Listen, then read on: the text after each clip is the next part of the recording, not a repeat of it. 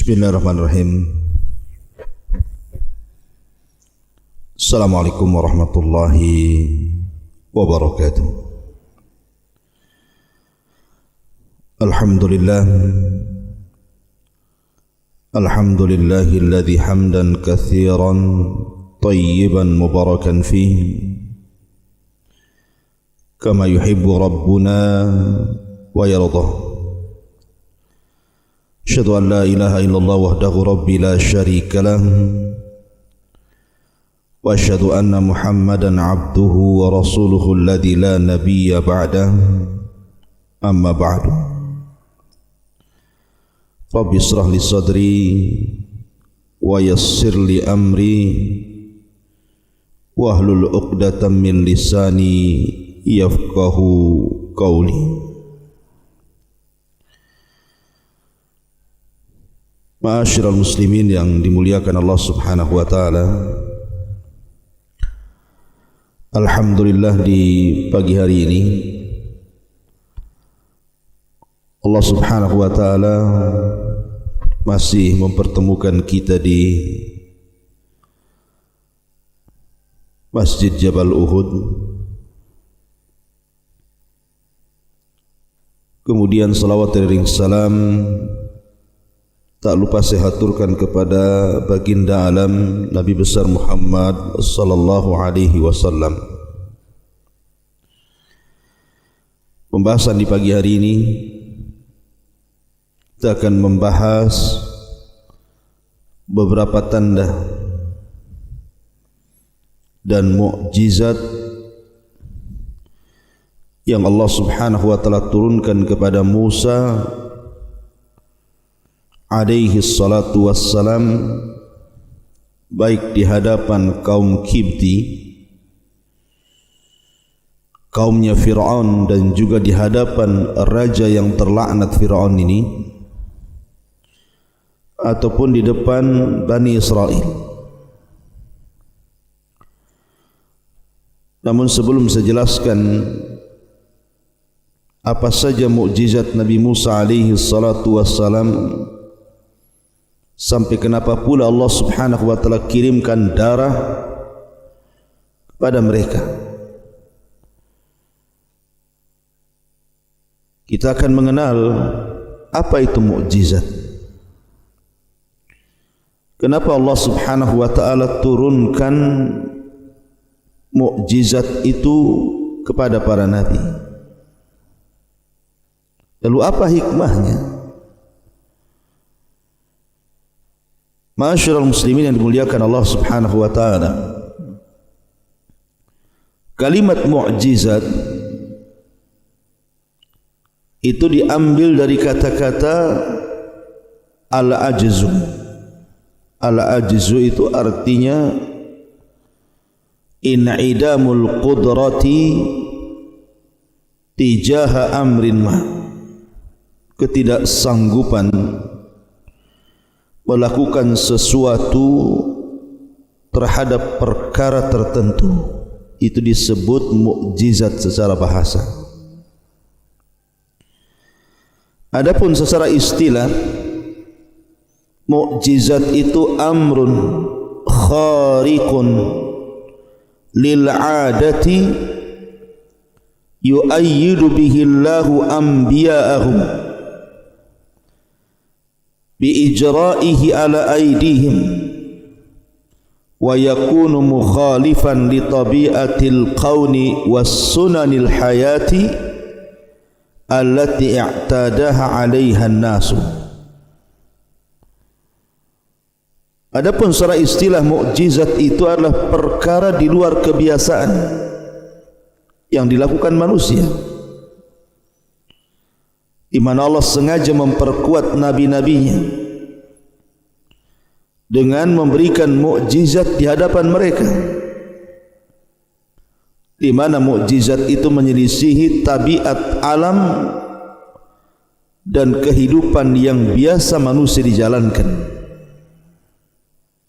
Wal hadfu min dzalik idharus sidqihim wa sidqin nubuwatihim. Karena tujuan adanya mukjizat itu untuk menampakkan kebenaran mereka dan kejujuran kenabian mereka. Intinya bahwa mukjizat itu keanehan. Dan keanehan di dunia ini ada 3. Ada berupa mukjizat bagi para nabi, ada berupa karamat bagi para wali, dan ada berupa sihir bagi para dukun. Jadi harus dibedakan antara mukjizat, karamah dan juga sihir. Lalu kenapa mukjizat itu hanya khusus para nabi? Kenapa selain para nabi tidak diberikan mukjizat? Ma'asyiral muslimin yang dimuliakan Allah Subhanahu wa taala, maka kita katakan bahwa yang pertama, karena diberikan mukjizat itu khusus para nabi, adalah tuthbitu li aqwamihim, untuk menetapkan kepada kaum-kaum para nabi dan rasul tersebut sidqahum wa nubuwatahum, kebenaran mereka para nabi dan kenabiannya. Karena terkadang kaumnya para nabi itu ada yang satu kali diberikan mukjizat mereka beriman, tetapi ada yang berkali-kali diberikan mukjizat tidak beriman, sehingga terkadang harus berkali-kali Nabi itu menampakkan mukjizatnya supaya memang benar dia seorang Nabi, ucapannya benar, dan dianugerahi padanya mukjizat keanehan-keanehan, sehingga mukjizat itu bisa jadi hujjah terhadap para pendusta dakwah kepada kalangan para nabi dan rasul. Kemudian yang kedua, mukjizat itu perkara di luar kebiasaan manusia dan tanda dari tanda-tanda kuasa Allah,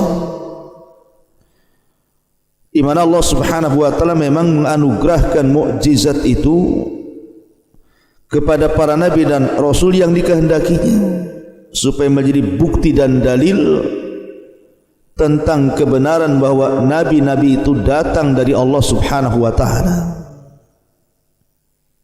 Bahkan terkadang mukjizat itu sebuah tantangan kepada kaum para nabi dan rasul.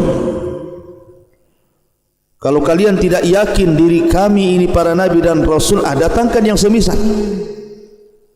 Sehingga terkadang diperlukan mukjizat untuk membuktikan bahwa mereka para nabi dan rasul, sehingga dibuat semacam tantangan.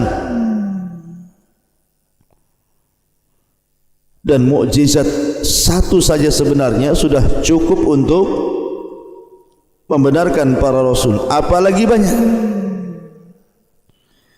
Ma'asyiral muslimin yang dimuliakan Allah Subhanahu wa taala, makanya kenapa ada syarat-syarat yang disebutkan para ulama yang berkenaan dengan masalah mukjizat ini. Pertama, an yakunal amru mimma la yamliku wa la yastati'ul qiyamu bihi illallah, bahwa mukjizat itu tidak dimiliki dan tidak bisa dilakukan manusia kecuali izin Allah. Seperti lihat mukjizatnya Nabi Isa dan Musa, bisa menghidupkan orang mati karena izin Allah Azza wa Jalla. Nabi Musa dalam kisah Baqarah Bani Israel. Kemudian Nabi Isa juga ketika ada seorang pembesar meninggal, kemudian diusap, tiba-tiba hidup biiznillah karena izin dari Allah Subhanahu wa taala. Menghidupkan mati itu urusan Allah. Tidak ada orang mampu untuk menghidupkan orang mati.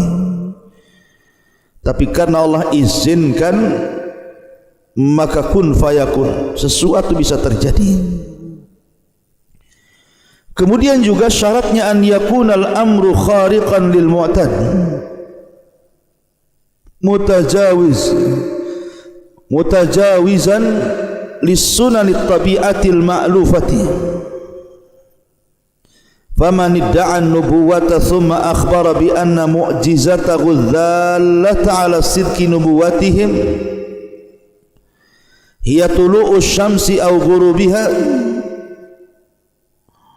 fa inna kalamahu dhalika la yu'addu musaddiqan li da'wahu ma anna tilkal umur la yamliku fi'luha illallah illa annaha sunnatun kauniyatun ya'rifuha an-nas wa ya'lifunaha wa kanat mawjudatan qabla iddia'in nubuwah. Jadi mukjizat itu harus di luar kebiasaan adat manusia, melampaui kehidupan yang biasa dilakukan secara tabiat manusia. Maka kalau seandainya orang itu mengaku bahwa dia seorang nabi, kemudian dia menunjukkan mukjizatnya, kemudian kita katakan apa mukjizat kamu, kemudian dia mengatakan aku yang kemudian menerbitkan matahari dari timur dan menenggelamkan di barat, maka kita katakan kenabiannya dusta. Karena memang matahari terbit dari timur dan tenggelam di barat, kecuali kalau dibalik. Jadi mukjizat itu harus di luar kebiasaan tabiat manusia. Kemudian juga seseorang tidak bisa hanya mengaku, harus ada pembuktian. Ketika dia mengatakan saya bisa menghidupkan orang mati, artinya menghidupkan, betul-betul menghidupkan dari kematian menjadi kehidupan. Karena ada seseorang yang mengaku Tuhan, kemudian mengatakan ana uhyi wa umit, saya bisa menghidupkan dan matikan dengan cara mengeluarkan dua tawanan, yang satu dilepas, yang satu dibunuh. Kemudian dia mengatakan ana uhyi wa umit, saya bisa menghidupkan dan matikan. Bukan itu, tetapi betul-betul terjadi keanehan-keanehan itu. Ataupun tidak boleh mukjizat itu sesuatu yang orang lain memiliki dan Anda memilikinya. Adanya kesamaan. Karena mukjizat itu biasanya masing-masing para nabi diberikan mukjizat yang berbeda. Kemudian juga alla ya'ti ahadun bimithlil amril mudda'i bi annahu mu'jizatun fa in ata ahadun bimithlihi faqad kharaja an kaunihi laysa fi maqduril bashari wa asbaha amran mumkinan li ayyi ahadin wa mithlu dhalika la yusaf bi annahu mu'jizatun. Tidak boleh seseorang pun mendatangkan mukjizat yang semisal. Umpamanya seorang bisa merangkai kata-kata berupa syair, orang lain pun bisa berbuat syair. Berarti rangkaian kata itu bukan mukjizat karena orang lain bisa menirunya. Beda dengan Al-Quran. Tidak ada yang bisa meniru Al-Quran, berarti mukjizat Al-Quran itu. Ma'asyiral muslimin yang dimuliakan Allah Azza wa Jalla, intinya bahwa mukjizat dikhususkan kepada para nabi itu untuk menampakkan kuasa Allah, mampu mengadakan sesuatu yang di luar tabiat manusia terjadi, sehingga itu membuktikan bahwa para nabi dan rasul benar-benar diutus oleh Allah Azza wa Jalla. Kemudian juga sebagai rahmat, kasih sayang Allah Subhanahu wa taala dengan adanya mukjizat itu supaya orang bisa memandang bahwa memang ini seorang nabi untuk memberikan jalan yang lurus bagi dirinya. Buktinya ada mukjizatnya. Kemudian juga bisa membantu para nabi untuk lebih memudahkan berdakwah kepada umatnya. Karena terkadang para nabi itu diuji, saya ulangi, dengan berbagai macam watak dan tipe manusia, sehingga ketika ada mukjizat keanehan bisa membantu para nabi bahwa apa yang didakwahkan itu sebuah kebenaran, dan itu bisa dijadikan qiyamul hujjah, iqamatul hujjah, menegakkan sebuah hujjah terhadap manusia bahwa telah diutus kepada mereka para nabi dengan mukjizat-mukjizat keanehan yang tidak direkayasa. Ma'asyiral muslimin yang dimuliakan Allah Azza wa Jalla, lalu mukjizat apa yang Allah Subhanahu wa taala anugerahkan kepada Nabi Musa alaihi salatu wassalam? Ma'asyiral muslimin yang dimuliakan Allah Subhanahu wa taala, Allah Subhanahu wa taala telah khususkan kepada Nabiullah Musa alaihi salatu wassalam banyak mukjizat. Kenapa demikian? Karena Fir'aun dan juga orang-orangnya serta Bani Israel itu berbeda manusia seperti mereka dengan manusia yang lainnya. Kenapa demikian? Karena berkali-kali ataupun tidak cukup 1-2 kali tampakkan mukjizat, mereka tidak sadar. Ditampakkan 1 mukjizat, mereka makin kufur. Ditampakkan 2 mukjizat, makin kufur lagi. Ditampakkan 3 mukjizat, makin kufur lagi. Sehingga kekufuran yang berlipat ganda, yang terus menerus menjadikan Allah Subhanahu wa taala terus memberikan mukjizat kepada Musa untuk meyakinkan dia seorang nabi. Apalagi dia dihadapkan kepada seorang yang mengaku dirinya Tuhan,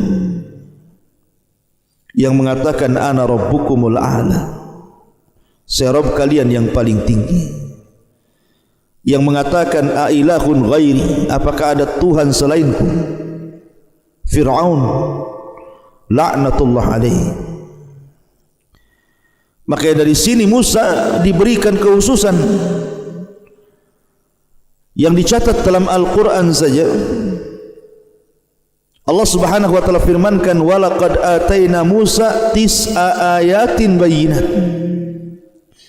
dan sungguh kami berikan kepada Musa 9 tanda-tanda kuasa Allah, tanda-tanda kebesaran Allah yang nyata bagi Bani Israel, terkhusus bagi Fir'aun dan juga bala tentaranya. Lalu apa saja 9 mukjizat yang Allah Azza wa Jalla anugerahkan kepada Musa itu? Yang pertama, al-hajaru, batu yang terpancar air minum. Allah Subhanahu wa taala berfirman dalam surah Al-Baqarah ayat 60, wa idistasqa Musa liqaumihi faqul nadrib bi asakal hajar fanfajarat min husnata asyrata ayna. Dan ingatlah ketika Musa meminta air untuk kaumnya, maka kami katakan, pukullah dengan tongkatmu hai Musa al-hajar, batu itu. Fangfajarat min husnata asyrata aina, maka keluarlah dari batu itu 12 air yang bisa diminum oleh Bani Israel. Kapan ini terjadi? Ketika Bani Israel berada di negeri Tih, di negeri linglung, di negeri yang mereka tidak bisa keluar dari situ, di negeri padang pasir kering kelontang, di negeri yang tidak ada tumbuhan, tanaman, dan tidak ada mata air. Mereka hampir kelaparan dan kehausan. Ardu Tih. Ketika mereka haus itulah mereka datang kepada Musa dan meminta air minum. Maka Musa pun memukulkan tongkatnya kepada batu, maka muncul 12 lubang mata air bagi Bani Israel. Kenapa mesti 12? Kenapa tidak satu saja rame-rame? Karena Bani Israel ini terdiri dari 12 kabilah, dan masing-masing kabilah punya kekerasan sendiri dalam hatinya, sehingga dikhawatirkan pecah, bertengkar. Makanya Musa memberikan satu mata air untuk satu kabilah. Kemudian yang kedua, syaqqul bahri, terbelahnya lautan. Dalam surah Asy-Syu'ara ayat 63 Allah mengatakan, fa'auhayna ila Musa anidrib bi'asakal bahra fanfalaqa fakana kullu filqin qattaudil azim. Dan kami wahyukan kepada Musa, pukullah dengan tongkatmu Musa lautan ini. Maka ketika Musa betul-betul memukulkan dengan tongkatnya lautan itu, maka tiba-tiba lautan itu terbelah dan menjadi 12 jalan.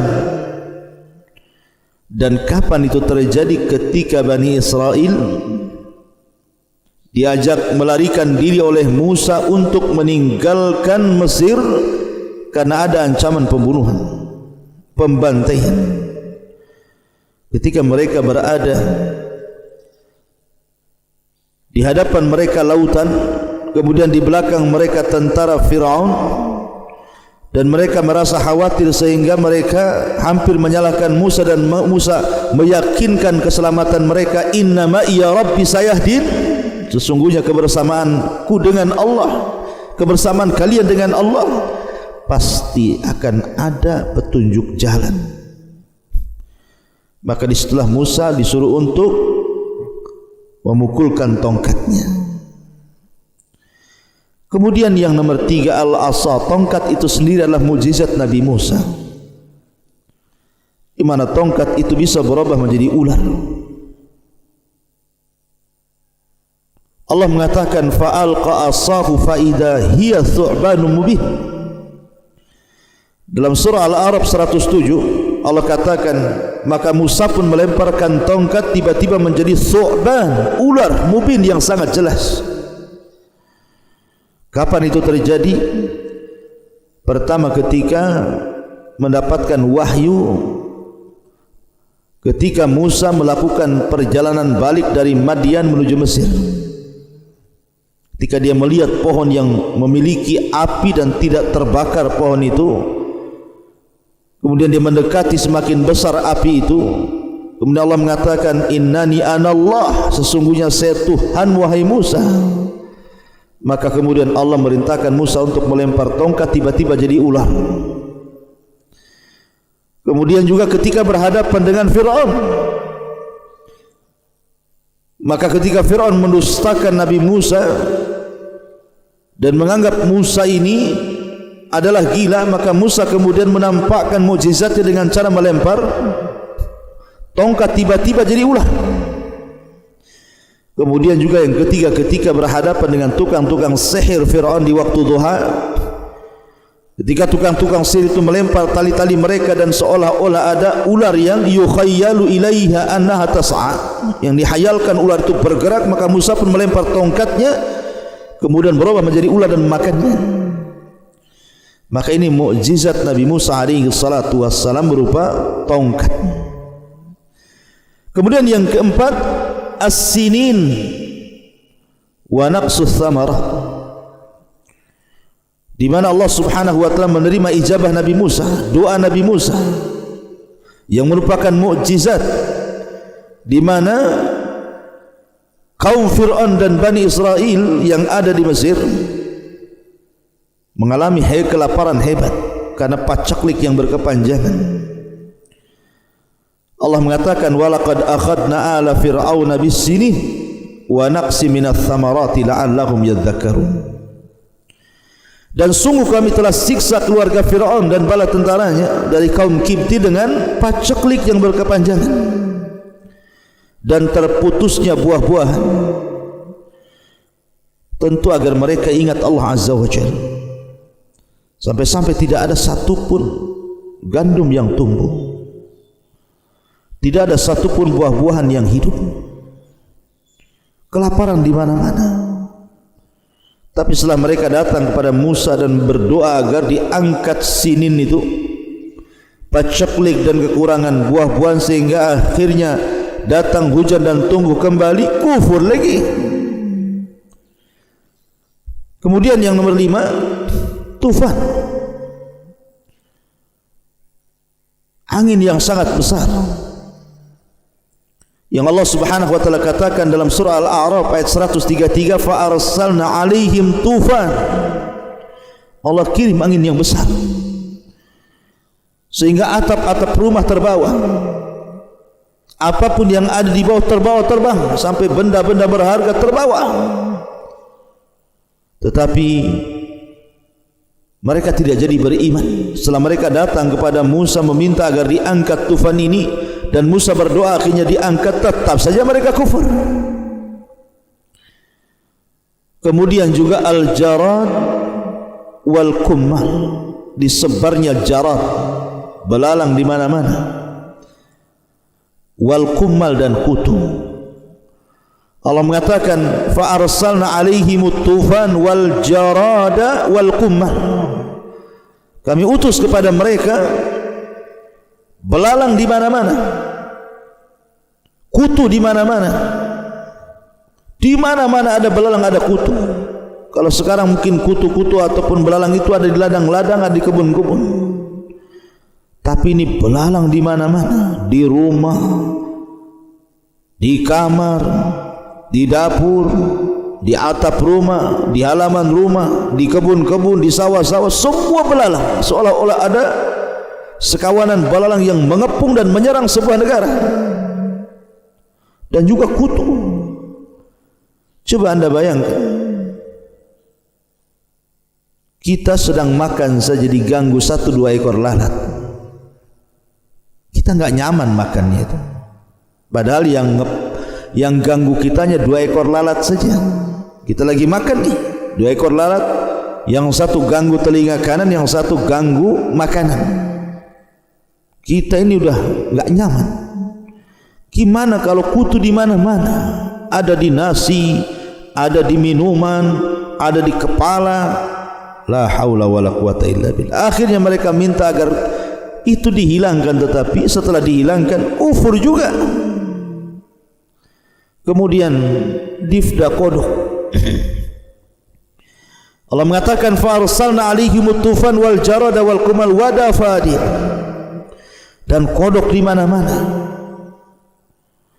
Masyarul muslimin yang dimuliakan Allah Azza wa Jalla, termasuk ad-damu, termasuk Allah Azza wa Jalla turunkan berupa darah.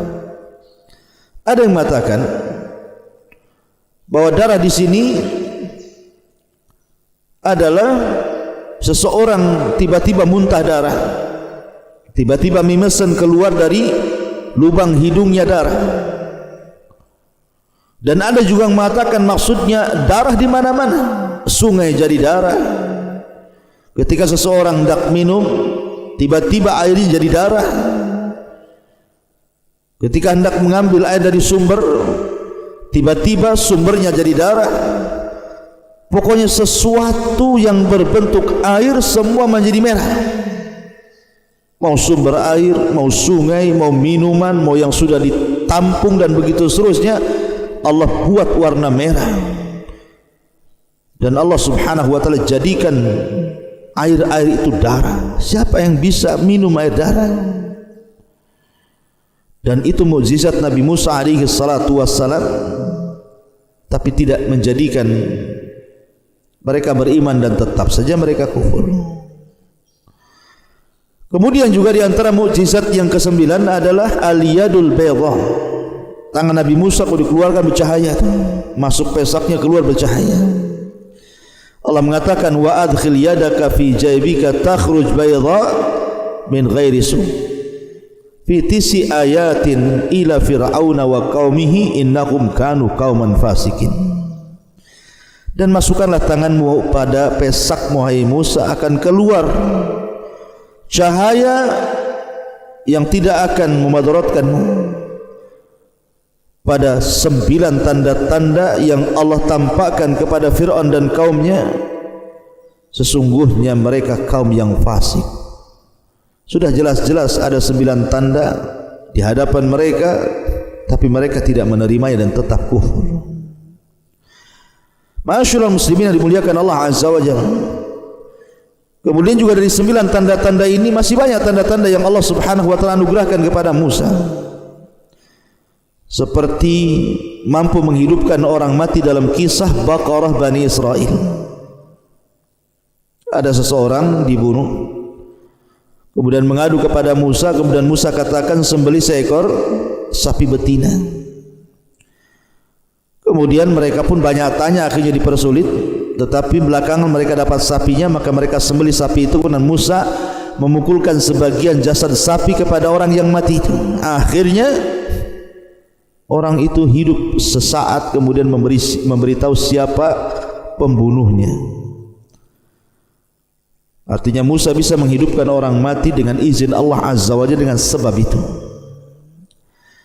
Kemudian juga diangkatnya gunung Tur ketika mereka berkhianat kepada Musa dengan menyembah patung anak Samiri, patung yang dibuat oleh Samiri, patung anak sapi. Kemudian Musa datang membawa Taurat dari bukit Tur Sina. Disuruhnya mereka mendengar ucapan Nabi Musa, tapi mereka mengatakan samina wa asaina, kami taat dan kami dengar, kami tapi bermaksiat. Maka Allah Azza wa Jalla tampakkan mukjizat Nabi Musa, diangkatnya bukit Tur itu di atas kepala mereka, sehingga Allah katakan wa id akhadna mitsaqakum wa rafa'na fawqakumut Tur, dan kami angkat di atas kepala mereka, kepala kalian, gunung Tur. Seolah-olah dengan diangkatnya gunung Tur di atas kepala mereka, mau tobat atau kami lempar bukit Tur kepada kalian. Akhirnya mereka baru mendengar dan mengatakan sami'na wa ata'na, la haula wa la quwata illa billah. Ucapan sami'na wa ata'na harus tampak mukjizat dulu, padahal sebelumnya sudah banyak mukjizat yang Allah Subhanahu wa taala tampakkan. Termasuk juga Allah Subhanahu wa taala mengusap harta Bani Israel dari dirham dan dinar menjadi bebatuan karena kufurnya mereka kepada Allah Azza wa Jalla. Termasuk juga menenggelamkan Qarun, di mana Musa memerintahkan bumi karena perintah Allah Azza wa Jalla kepada bumi agar taat kepada suruhan Musa. Akhirnya bumi itu pun nurut apa yang sesuai dengan diperintahkan Musa, kemudian menelan Qarun dan seluruh kekayaannya. Dan banyak lagi yang jelas bahwa setiap para nabi itu dianugerahkan mukjizat oleh Allah Subhanahu wa taala. Semua para nabi. Saya contohkan Nabi Saleh diberikan mukjizat seekor unta. Nabi Ibrahim dilempar ke dalam api, kemudian api itu menjadi dingin. Qul ya naru kuni bardan wa salaman ala Ibrahim. Kemudian juga Nabi Sulaiman paham dengan bahasa-bahasa binatang seperti hudhud, semut. Kemudian bisa menundukkan angin, jin, manusia dan begitu seterusnya. Termasuk juga mukjizat Nabi kita Muhammad sallallahu alaihi wasallam seperti Isra Mi'raj. Kemudian makanan dan minuman bisa menjadi banyak dari yang sedikit. Kemudian pohon tiba-tiba menangis di hadapan Rasul. Kemudian Rasul menghabarkan sesuatu yang gaib dan semua terjadi. Ada yang terjadi, ada yang sedang terjadi, ada yang akan terjadi. Atau keluar air dari jari-jari jemari Nabi sallallahu alaihi wasallam. Dan tentunya yang terbesarlah Al-Quran Al-Karim, adalah mukjizat terbesar Nabi SAW yang akan tampak sampai hari ini, bahkan sampai kiamat dibangkitkan.